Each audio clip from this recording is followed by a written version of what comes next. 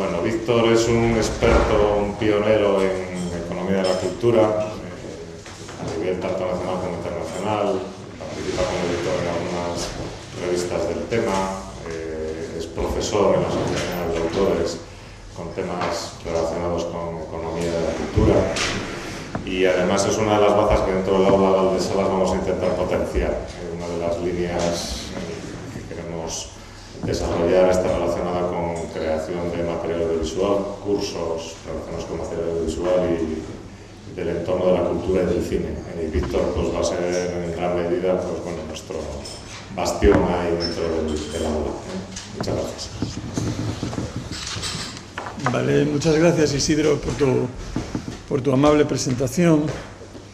Bueno, lo que yo quiero contar en los próximos minutos, y voy a intentar de verdad ser bastante breve, pues es algo que intentará complementar en la medida de lo posible la exposición anterior de Elisa, pero lamento no ser tan brillante como ella y probablemente seré bastante más tedioso y bastante más aburrido, ¿no? Lo que yo quiero hablar durante este rato es sencillamente de la oportunidad que tiene la cultura para ser utilizada como un recurso económico más, ¿no? El problema de partida es que el concepto de cultura es un concepto enormemente polisémico. Cultura es todo, ¿no? Realmente podríamos hablar de la cultura como cualquier creación intelectual del ser humano, intelectual y manual también del ser humano. Acabamos de asistir a una exposición en la que se nos hablaba de la cultura de la lana, ¿no? Eso es un problema porque es tan vasto el campo que uno tiene que decir, bueno, ¿y de qué vas a hablar? Vas a hablar de todo y por lo tanto a veces cuando uno habla de todo lo más probable es que al final no hable de nada, ¿no? Entonces, cuando yo hable ahora a continuación de cultura voy a referirme a la cultura en términos de arte fundamentalmente, ¿no? En términos de arte. Y lo primero que quiero contar es que, concebida de esa manera, la cultura ha sufrido un cambio radical en el enfoque en el que los ciudadanos se han enfrentado a ella. Hay un enfoque que yo voy a llamar tradicional, que es un enfoque en el que se caracteriza porque la cultura o el arte, que insisto, durante mi charla de ahora va a ser prácticamente un sinónimo, es el arte y la cultura hecha por unos pocos y para unos pocos. Pues, algunos ejemplos. Cuando Miguel Ángel esculpe el Moisés, no lo hace para el común de los mortales, lo hace para Julio II, el Papa, que se lo encarga, ¿de acuerdo? Y cuando Gaudí construye el Parque Güell, lo hace para un industrial, ¿de acuerdo? Para un industrial norteamericano, catalán. Cuando Haydn compone sus sinfonías, lo hace para el príncipe Esterházy. Por lo tanto, es la cultura hecha por solo unos pocos y para el disfrute realmente de solo unos pocos. Al fin y al cabo, hoy en día el Museo del Prado es para todos, pero originalmente no es otra cosa más que la colección real, ¿de acuerdo? ¿Qué es lo que sucede? Y el ejemplo del Prado me puede servir muy bien. Pues que ha habido un cambio radical en el enfoque en el cual nos encontramos con la cultura. Hay un enfoque actual en el que la cultura llega a toda la población y es producida por una gran cantidad de población. Bueno, ahí tenéis dos ejemplos bastante recientes. En primer lugar, la película Ágora tiene una semana exactamente en cartel y la ha visto más de 1 millón de personas. Y al lado tenéis la última gran exposición celebrada en el Museo del Prado, que es la exposición sobre Sorolla. En 4 meses de verano, desde mayo a septiembre, fue vista por aproximadamente 500.000 de personas. ¿De acuerdo? Por lo tanto, la cultura ya no es de unos pocos y para unos pocos, sino que la cultura es de todos y para todos, ¿no? Evidentemente, ¿cómo se ha producido este fenómeno? ¿Cuáles son algunos de los factores que explican este cambio radical en la cultura en su relación con la sociedad? Bueno, pues algunos factores de ese cambio es el proceso de socialización o democratización de la cultura. Dicho de otra manera, la extensión o la penetración de la cultura en todas las capas de la población. Y la penetración de la cultura como algo activo y como algo pasivo, es decir, como algo que se ve y como algo que se hace, ¿de acuerdo? En segundo lugar, en el acceso de la población a la cultura de manera masiva, tiene mucha importancia el desarrollo de las industrias culturales. El desarrollo de las industrias culturales que permiten la producción y reproducción en masa de los bienes culturales. Esencialmente la música, los libros, las películas, todo el producto audiovisual. Y uno de los terceros factores, desde mi punto de vista muy importante, en ese cambio en el enfoque de la cultura es el desarrollo de la educación. La educación es el elemento esencial para el uso y disfrute de la cultura.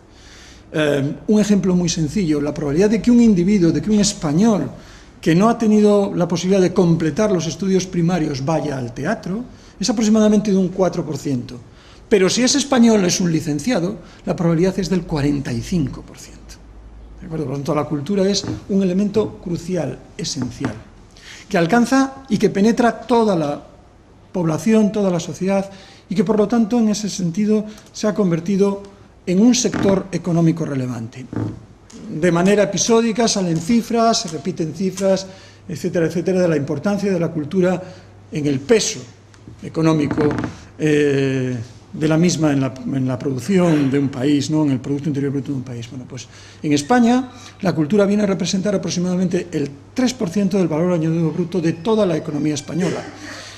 Como siempre, el 3% alguien puede decir, está bien, está mal, es mucho, es poco. Bueno, el 3% que representa la cultura, descontando otras actividades de la propiedad intelectual, como todo lo que tiene que ver con la informática o todo lo que tiene que ver con la publicidad, pero descontando esas actividades que generan propiedad intelectual, la cultura representa aproximadamente lo mismo que la energía o aproximadamente lo mismo que la agricultura, sectores que desde el punto de vista del análisis económico tienen todo el pedigrí para ser estudiados y analizados desde hace muchos años. La cultura, no sé si el pedigrí, pero sí tiene ya el peso económico para ser estudiado. Pero no me importa solo el peso económico, vale, ya lo hemos visto, sino lo que me importa sobre todo es la esencia misma de la producción cultural.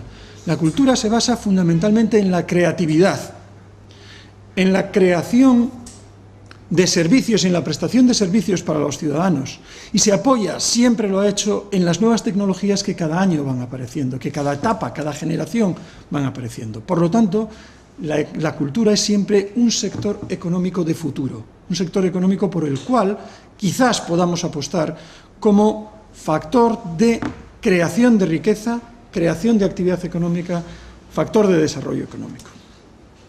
Es decir, para mí la cultura es una fuente de riqueza de los países, de las sociedades, una fuente de riqueza que se canaliza a través de tres ejes que no son dispares entre sí, sino que están íntimamente interconectados, ¿no? Los tres ejes son estos que están ahí en la transparencia y que hacen referencia a la actividad económica pura y dura, a la reordenación del espacio y a la cohesión social. Aunque yo voy a dedicarme fundamentalmente a hacer algunos comentarios sobre la actividad económica, el peso, la influencia de la cultura como actividad económica, sí que quiero dejar dos pinceladas, dos detalles sobre la importancia de la cultura como elemento de reordenación y reorganización del espacio, recuperando áreas, terrenos, regiones, ciudades, en las cuales el factor cultural ha sido el factor fundamental para su recuperación.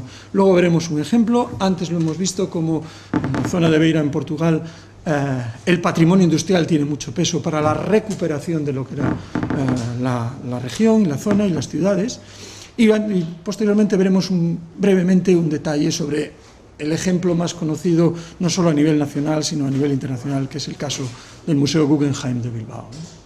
Pero también es un factor de cohesión social. En un país como España, en el cual en los últimos años ha sufrido, o ha experimentado, mejor que sufrido, la llegada de un importante núcleo de personas inmigrantes, es habitual proponer la cultura como un factor de integración social. Puede servir para los inmigrantes, pero igualmente sirve para integrar minorías sociales, raciales o grupos más o menos excluidos de la vida social en cada una de las ciudades. Pero insisto, lo que a mí me interesa contar fundamentalmente es la actividad económica que genera la cultura, es decir, su creación de riqueza como actividad económica.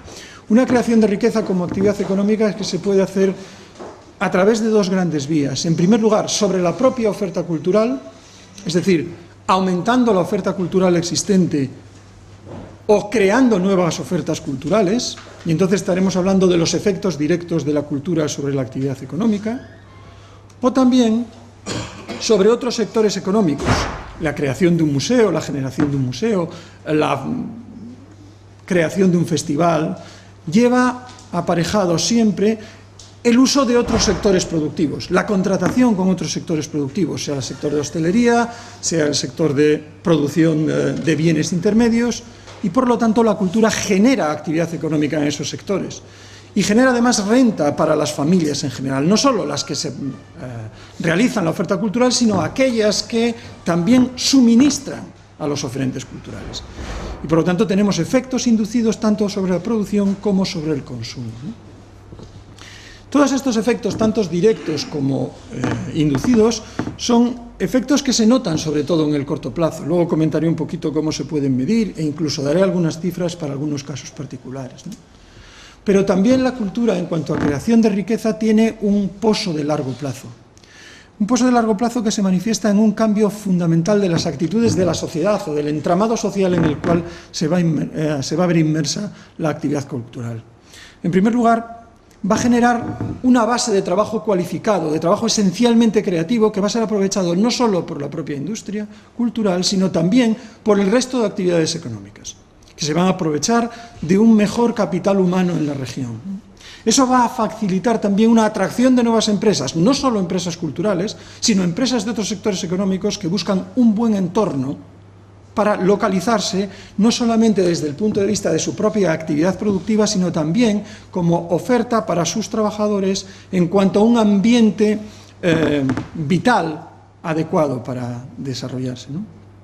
En tercer lugar, la cultura va a dar lugar a la creación de infraestructuras o va a facilitar la creación de infraestructuras que evidentemente no solo benefician a la actividad cultural per se, sino a la sociedad en su conjunto. Toda la remodelación de la margen derecha de la ría de Bilbao nace con el Museo Guggenheim, pero no afecta solo al Museo Guggenheim, cala por todo lo que es Bilbao y yo diría que cala por todo lo que es el País Vasco, ¿no? La creación de infraestructuras. Y por último, la cultura puede generar distritos, clústeres de pequeñas empresas de carácter cultural que sean factor de desarrollo local, como también después creo que tendré la oportunidad de comentar o de ejemplificar, ¿no? En definitiva, toda esa creación de actividad económica tiene un impacto, lo que se conoce como un estudio, como un impacto económico, que debe medirse, que se define como los efectos que, en nuestro caso, la cultura, pero en general cualquier inversión, tiene sobre la producción, la renta o el empleo de una región, de una zona geográfica, durante un determinado periodo de tiempo. Este es el concepto del impacto económico.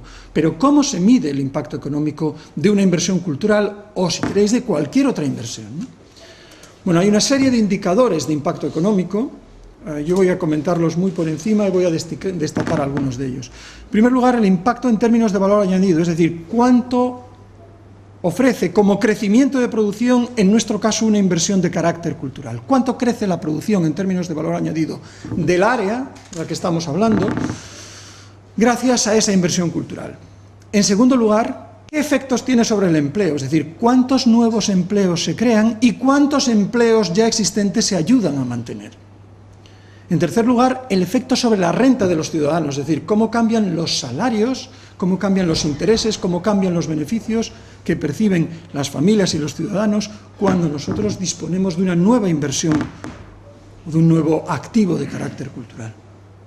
En cuarto lugar, el volumen de negocio, es decir, el volumen de ventas que se realiza, el incremento en el volumen de ventas que se experimenta en la área o la región donde localizamos la inversión cultural. Y por último lugar, en último lugar, un efecto sobre la riqueza de la zona, es decir, un efecto sobre el valor de las propiedades. De todos estos indicadores de impacto, los más utilizados siempre son esos tres: el impacto sobre el valor añadido, el empleo y la renta. Son los más frecuentes, los que es más habitual encontrar en los estudios de impacto, y luego veremos algunos de estos efectos, ¿no? Luego identificaremos algunos de estos efectos, ¿vale? ¿Cómo medir ese impacto económico? Bueno, pues utilizando lo que ya antes os comentaba. Si tomamos una inversión de carácter cultural, esa inversión de carácter cultural va a tener unos efectos directos y luego unos efectos indirectos e inducidos. El efecto directo no es otra cosa más que el impacto inicial que provoca el gasto cultural, ¿no? El impacto inicial sobre la producción, la renta y el empleo.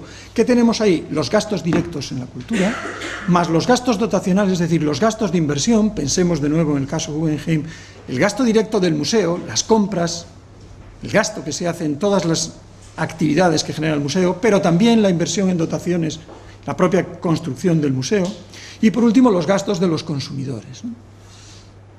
Ahora bien, claro, cuando nosotros tenemos una determinada oferta cultural, cuando nosotros hacemos una determinada inversión cultural, ese producto, esa inversión cultural demanda factores productivos a otras empresas, demanda productos intermedios a otras empresas y por lo tanto genera actividad sobre otras empresas, que a su vez también exigen nuevos factores productivos, nuevos productos intermedios a un tercer bloque de empresas. Esos son los efectos indirectos sobre la producción, es decir, los efectos sobre aquellos que suministran a la oferta cultural. ¿Vale?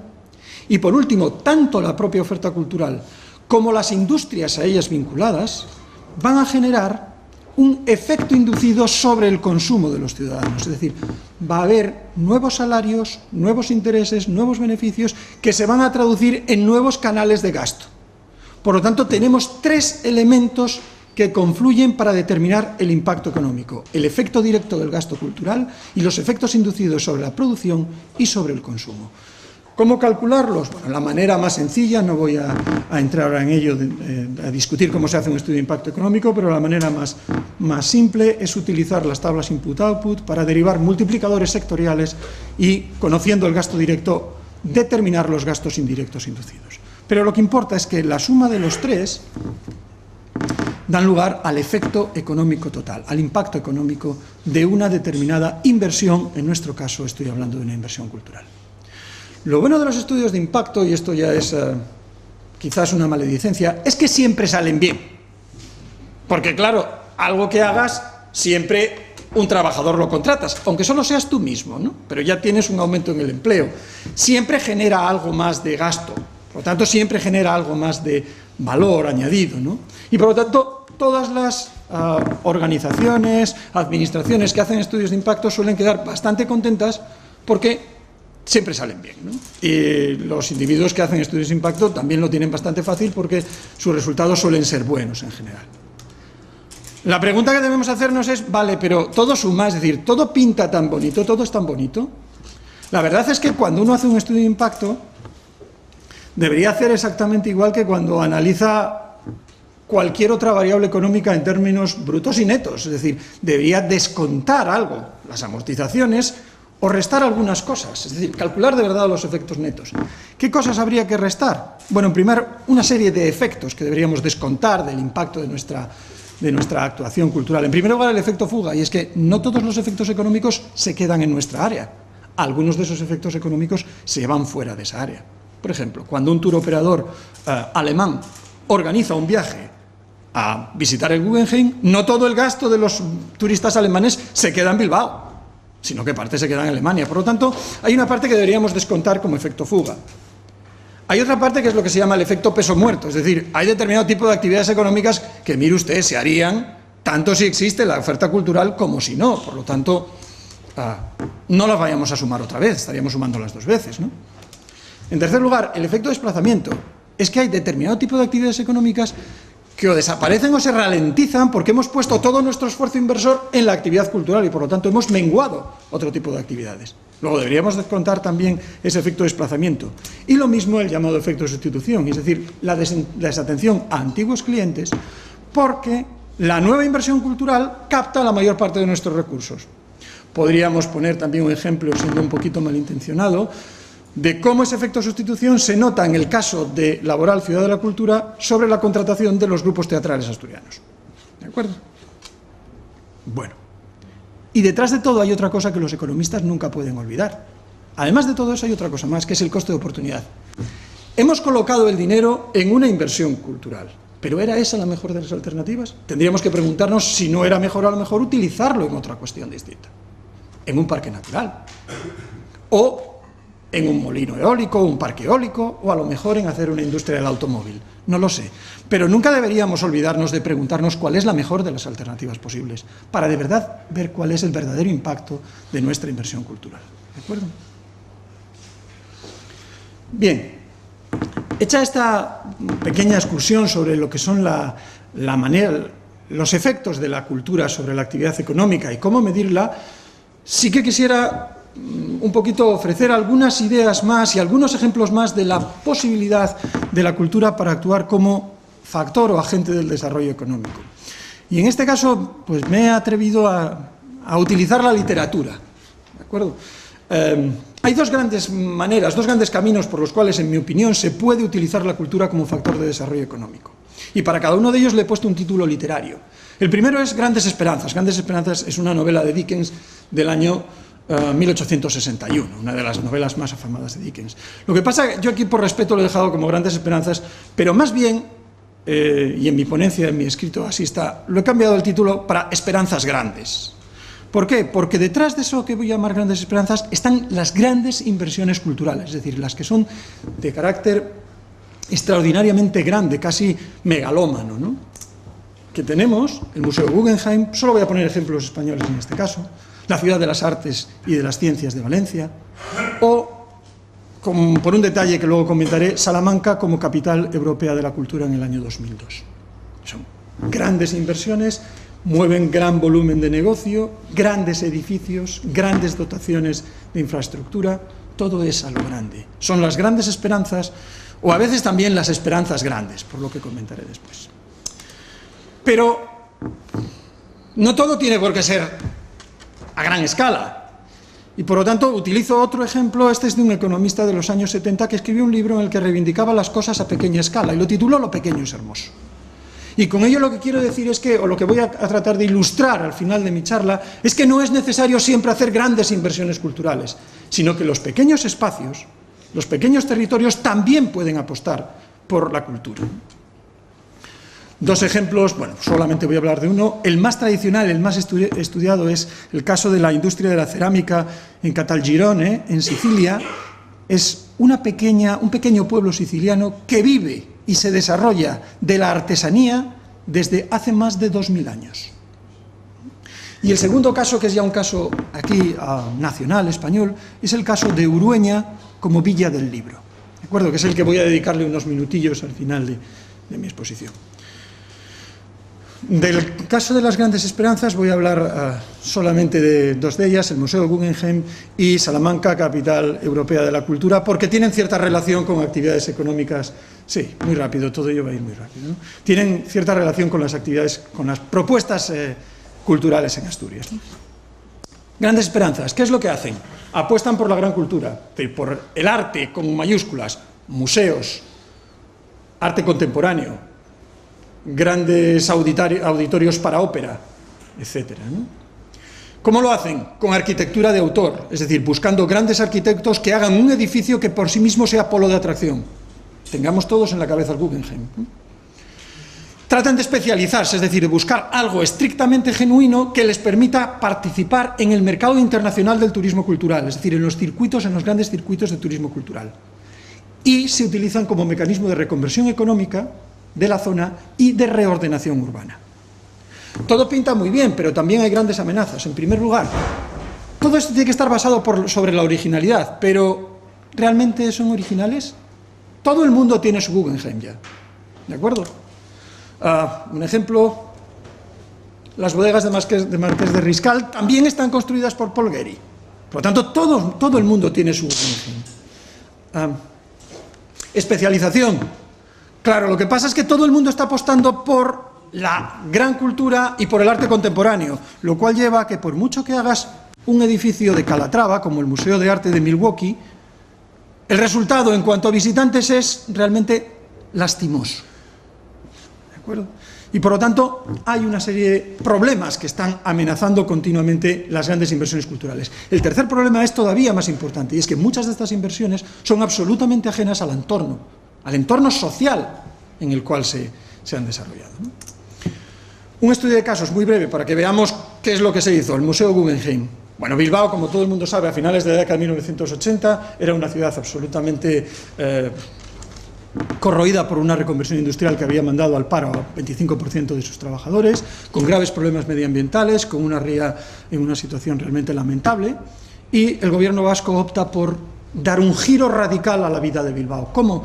Pues tratando de acceder a la franquicia del Museo Guggenheim en Europa, una de las 3 franquicias que tiene el Museo Guggenheim en Europa: Venecia, Berlín, Bilbao.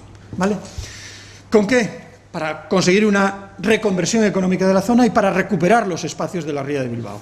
¿Qué es lo que hace? Pues entra en negociaciones con la Fundación Guggenheim y coloca 158 millones de euros en todos los gastos de infraestructuras, construcción y compra de colección permanente. y adquiere con ellos la franquicia durante 20 años para utilizar el Museo Guggenheim, para beneficiarse no solo del nombre, sino de las exposiciones itinerantes de Guggenheim. ¿Vale? El museo se inaugura en el año 1997, por lo tanto, en principio la licencia caducará en el año 2007. Tiene cierta importancia la fecha, por lo que comentaré después. ¿Cuáles son los resultados? En primer lugar, no voy a detenerme en todas esas cifras económicas que están ahí, pero uno muy importante, que no es tangible, que no le puedo poner millones de euros, que es el cambio radical de la imagen de Bilbao, el cambio radical de la imagen de Vizcaya e incluso del País Vasco. ¿De acuerdo? Eso es más difícil ponerle cifras económicas. Sí que le podemos poner cifras económicas al gasto anual que se hace en el museo. Fijaros, solamente gasto del propio museo, es decir, gasto directo 30 millones de euros. Efectos inducidos en la economía vasca, 212 millones de euros. Efectos sobre el empleo, esto está tomado de los propios estudios de impacto del museo, contribuye a mantener más de 4.000 empleos. Contribución al PIB, pues aproximadamente viene a ser unos 220 millones en el último año y más casi 1.800 millones desde la inauguración del museo. Y un último detalle, por eso la idea de la fecha, poner en cuenta la fecha. No trata solo de contar cuánto dinero aporta, sino que primero ha habido unos costes. Podemos recuperar la inversión, es decir, ¿se puede generar renta suficiente para compensar los costes de puesta en marcha del proyecto, los costes de mantenimiento y la continuación con la colección permanente? Bien, hay un estudio hecho por una profesora de la Universidad del País Vasco que se llama Beatriz Plaza, que calcula que la recuperación de la inversión se producirá a partir del año 2015, es decir, 2 años antes de que caduque la licencia. En ese año, las rentas generadas por el museo compensarán a los costes en los que se ha incurrido por ese museo, ¿no? Estrictamente en el museo, no los efectos inducidos sobre el resto de la economía, ¿eh?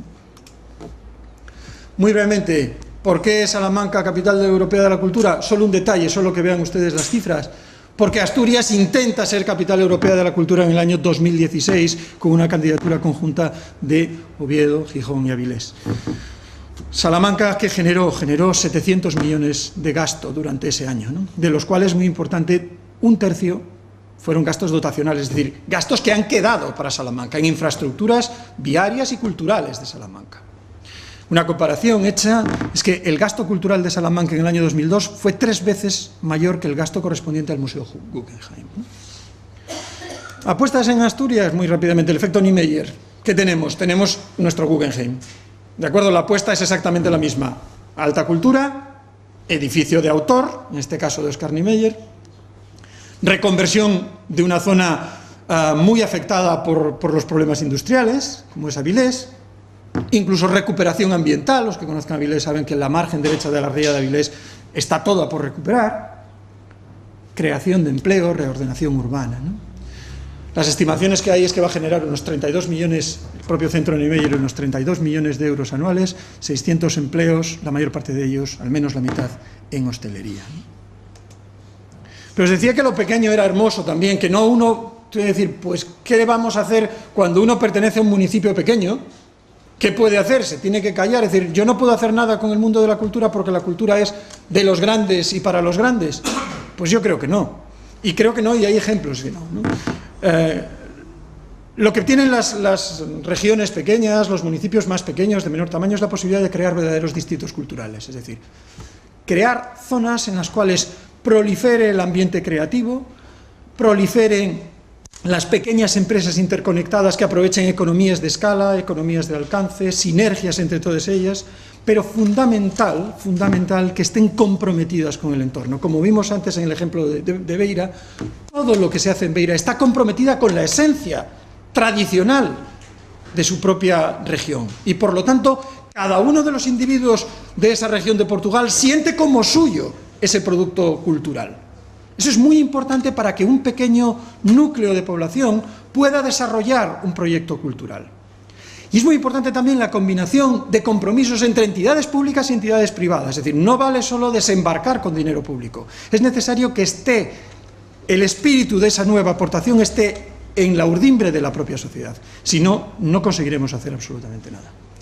Y estos pequeños ejemplos de distritos culturales no tienen por qué quedarse solo con la alta cultura. Es decir, no necesitamos un gran museo.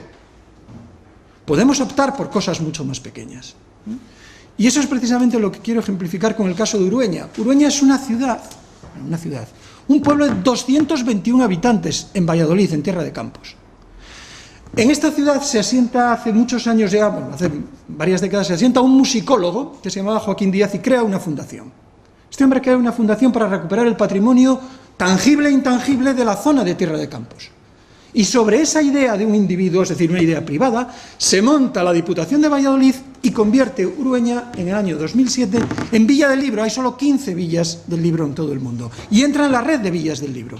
¿Qué es lo que trata? Trata de generar actividad y desarrollo económico y fijar población. Urueña no se puede morir. Urueña siempre fue una ciudad monumental. Es una ciudad, un pueblecito pequeño, precioso.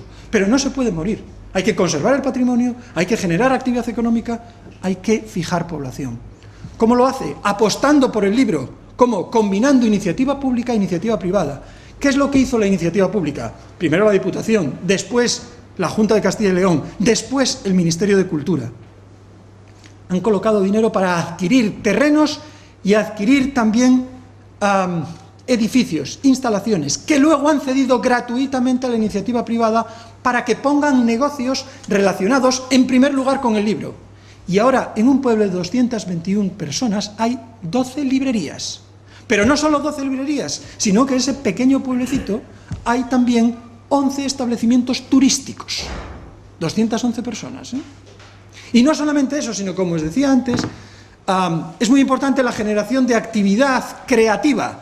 En Urueña viven hoy libreros, impresores, editores, músicos, literatos, que se benefician todos de ese entorno especialmente creativo que ha sido capaces de crear en un pueblo de solo 211 habitantes. Y esto es esencialmente lo que quería contarles, nada más. Las posibilidades que tiene la cultura para ser instrumento de desarrollo económico, y no quedarnos con la idea de que siempre hay que esperar por un Guggenheim o un Niemeyer, sino que, en definitiva, cada pequeña localidad bien conectada con su propio entorno tiene su propia oportunidad de desarrollo económico a través de su patrimonio cultural. Muchas gracias.